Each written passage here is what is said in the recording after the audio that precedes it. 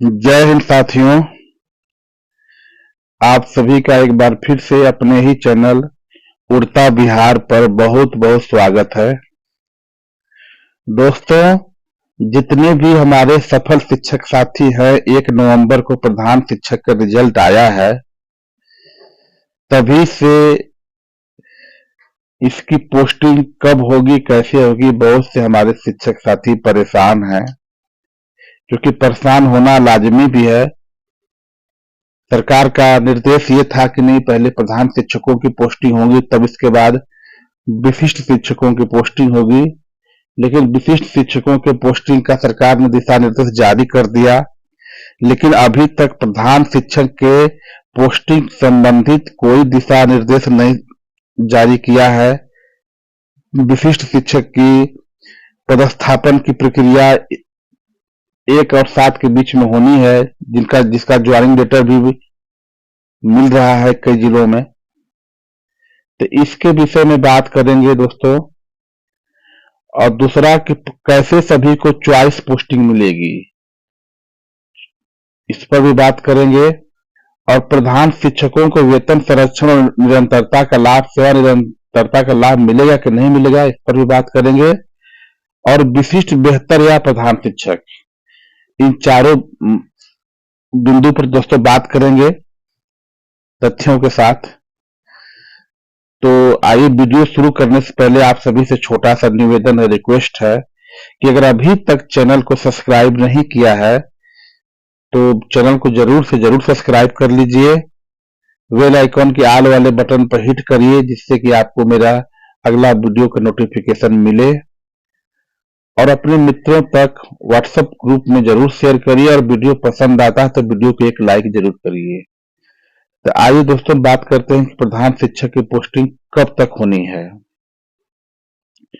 तो दोस्तों, आप सभी को पता है कि 1 तारीख से और 7 तारीख के बीच में जितने भी हमारे शिक्षक भाई बंधु विशिष्ट शिक्षक बनने जा रहे हैं, उनकी पोस्टिंग होनी है। तो ये भी हो सकता है कि 1 और 7 के बीच में ही सरकार कोई एक नई गाइडलाइन प्रधान शिक्षकों के संबंध में दे। पूरी संभावना है दोस्तों, प्रधान शिक्षक पोस्टिंग संबंधित एक अलग से नियमावली आएगी, एक अलग से गाइडलाइन आएगी, जिसके अकॉर्डिंग आप सभी की पोस्टिंग होनी है।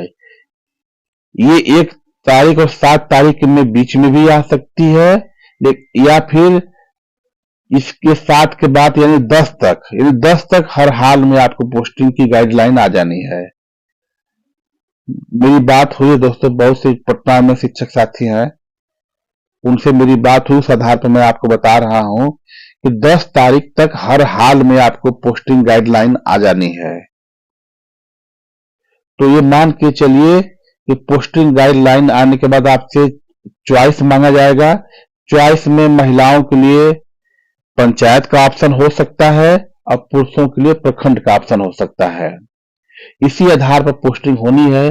क्योंकि आप सभी को पता है कि सरकार ने जैसे कि विशिष्ट शिक्षकों के लिए 10 अनुमंडल की बात की थी, तो हमारे माननीय मुख्यमंत्री जी ने ये घोषणा की कि नहीं, जो जहां है वहीं पर राज्यकर्मी का दर्जा प्राप्त करेगा। तो उस आधार पर ये आप समझ सकते हैं कि प्रधान शिक्षक की पोस्टिंग भी अपने नजदीक ही होनी है। सरकार का कभी मंशा नहीं है कि आपको अपने जिले से दूर भेज दे या फिर आपके घर से दूर भेज दे। हमारे एसीएस सर ने भी इंटरव्यू में साफ साफ कहा था कि उनके घर का, उनको नजदीकी का ख्याल रखा जाएगा पोस्टिंग चॉइस में। तो ये मान के चलिए कि इसकी पोस्टिंग की प्रक्रिया जनवरी के 20 या 25 जनवरी तक आपकी पोस्टिंग की प्रक्रिया हर हाल में हो जानी है। आइए दोस्तों, दूसरे सवाल की बात करते हैं, कैसे सभी को चॉइस पोस्टिंग मिलेगी। दोस्तों, सबसे बड़ा सवाल है कि कई जिलों में देखा गया है रिजल्ट के अनुसार कि जिस जिले में जितनी सीटें हैं उससे अधिक रिजल्ट हुए हैं। ये माना जा रहा है कि जितनी भी सीटों से अधिक संख्या बचेगी उनको जिला बदर होना पड़ सकता है। तो मैंने जैसा कि बात किया, उसमें पटना में तो उस आधार पर मैं आपको बता रहा हूं कि मान लीजिए कि जो अधिक कैंडिडेट हैं, जैसे मान लीजिए कि कैमूर की ही बात कर लिया जाए, कैमूर में अगर 100 लोग अधिक हैं, 100 कैंडिडेट जो उन्होंने क्वालिफाई किया है, तो कुछ ऐसे भी कैंडिडेट होंगे जो कि रोहतास और कैमूर के बॉर्डर पर उनका पोस्टिंग विद्यालय होगा, घर होगा। तो उनके घर से नजदीक जो रोहतास जिले के जो प्रखंड होंगे, उस जिले में उनको ट्रांसफर किया जा सकता है, यानी वो अपने घर से 10 किलोमीटर 12 किलोमीटर से अधिक दूरी नहीं होगी। यानी जो बॉर्डर पर होंगे, रोहतास और कैमूर के बॉर्डर पर जो शिक्षक साथी होंगे, उनको उनके बगल वाले जिले में, यानी घर के बिल्कुल सटे वाले जिले में उनकी पोस्टिंग चॉइस के आधार पर होने की पूरी संभावना है। तो इसलिए आप सभी साथियों से यही मेरा अपील है कि सभी धैर्य रखें। सभी की पोस्टिंग उनके घर से नजदीक ही सरकार की करने की मंशा है, और जिससे मेरी बात हुई, मैं उस आधार पर आपको बता रहा हूं।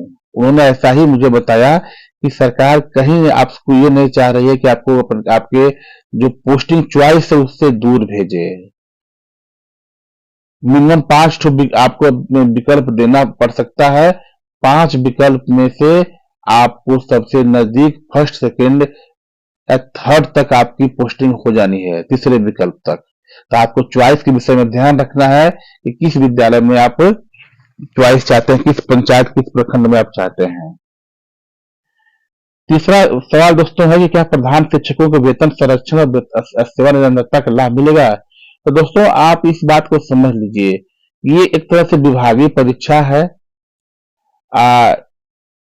और जो आपकी जो प्रधान शिक्षक में पोस्टिंग हुई है वो अनुभव के आधार पर हुई है। 8 वर्षों का जो अनुभव उसी को के काउंट करते हुए आपकी इसमें नियमावली में जो साफ साफ लिखा था कि अनुभव के आधार पर ही आप इसको फॉर्म भर सकते थे। तो ये मान के चलिए कि आपकी सेवा निरंतरता और वेतन संरक्षण तो मिलना तय है, इसमें कोई दिक्कत नहीं है, और सेवा निरंतरता भी आपको मिलेगा। ये बीपीएससी टीआरई 1, टीआरई 2 और टीआरई 3 की तरह फ्रेश बहाली नहीं है कि आपको नए कैंडिडेट की तरह आपको काउंट किया जाएगा। आपकी सेवा निरंतरता का लाभ मिलेगा, और जितने भी हमारे विशिष्ट शिक्षक बन रहे हैं, उम्मीद है कि सरकार चुनाव का वर्ष है, थोड़ा सा सरकार के सामने मांग रखने की जरूरत है, सबको सेवा निरंतरता का लाभ मिलेगा। अगर चुनावी वर्ष नहीं होता तो माना जा सकता था कि आपको 2-4 वर्ष वेट करना पड़े चुनाव तक, लेकिन चुनावी वर्ष है। सरकार भी इस बात को भली भांति समझ रही है कि भले पंचायत नियोजन इकाई से आप निकलकर राज्यकर्मी का दर्जा प्राप्त कर रहे हैं, तो आपको सेवा निरंतरता निश्चित रूप से मिलेगा। बस संगठित होकर सरकार के सामने आवाज उठाने, उनसे मांग करने की आवश्यकता है। और तीसरा सबसे प्रमुख सवाल कि विशिष्ट बेहतर या प्रधान शिक्षक। दोस्तों मैं आपको अपने कई वीडियो में बता चुका हूं कि प्रधान शिक्षक का कोई तोड़ नहीं है, विशिष्ट से प्रधान शिक्षक बेहतर है। आपको वेतन संरक्षण का लाभ मिलेगा ही मिलेगा। तो जितने भी हमारे पुराने शिक्षक भाई बंधु 2003 के 2005 के, तो उनको घबराने की जरूरत नहीं है, उनका वेतन कम नहीं होगा। तो प्रधान शिक्षक एक नया कैडर है, उसमें आपको ज्वाइन करना बेहतर होगा विशिष्ट से। तो उम्मीद है दोस्तों कि आपको वीडियो मेरा पसंद आया होगा, आपके सारे डाउट क्लियर हुए होंगे। अगर वीडियो पसंद आया तो वीडियो को एक लाइक जरूर करिए, और चैनल को अभी तक सब्सक्राइब नहीं किए हैं तो चैनल को जरूर से जरूर सब्सक्राइब करें। मिलते हैं ऐसे ही किसी अगली वीडियो के साथ, तब तक अपना ख्याल रखें। जय हिंद।